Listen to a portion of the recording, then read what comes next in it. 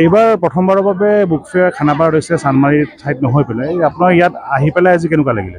ভাল লাগিছে। মই লাষ্ট ইয়াৰ যেতিয়া চানমাৰীত গৈছিলোঁ, আমি দেৰিকৈ গৈছিলোঁ বহুত, তো ক্ৰাউডটো ইমান নাছিলে, বহুত চান্নাটা টাইপ আছিলে। ইয়াত মানে বহুত মানুহ আহিছে আৰু লৈছেও, ষ্টলবোৰত মানুহ দেখিছোঁ, কিতাপবোৰ লৈছে, ভাল লাগিছে।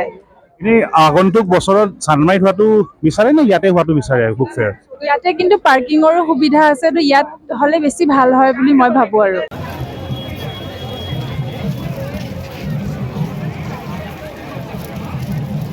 কেনেকুৱা লাগিলে? ভাল লাগিলে। কি কি কিনিলা?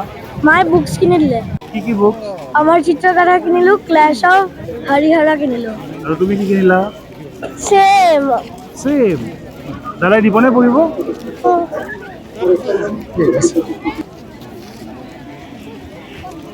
চানমাৰীৰ সলনি খানাপাৰাত বুক ফেয়াৰ হৈছে, তো আপোনাৰ অভিজ্ঞতা কেনেকুৱা ইয়াত আহি পেলাই? অভিজ্ঞতা প্ৰথমবাৰৰ কাৰণে খানাপাৰাত বুক ফেয়াৰ পাইছোঁ। ইয়াৰ পূৰ্বে চানমাৰীত পাইছিলোঁ। চানমাৰীটো খুব ধুনীয়া আছিলে পৰিৱেশটো। চানমাৰীখনতকৈ ফিল্ডখনতকৈ ইয়াৰ ফিল্ডখন যথেষ্ট ডাঙৰ আৰু মানুহৰো সমাগম ভাল হৈছে আজি দেওবাৰ যিহেতু।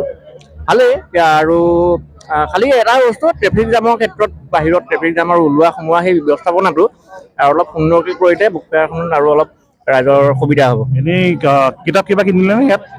কিতাপ মই আজি আহিছোঁ, মাত্ৰ সোমাইছোঁ, আপুনি দেখিয়ে পাইছে।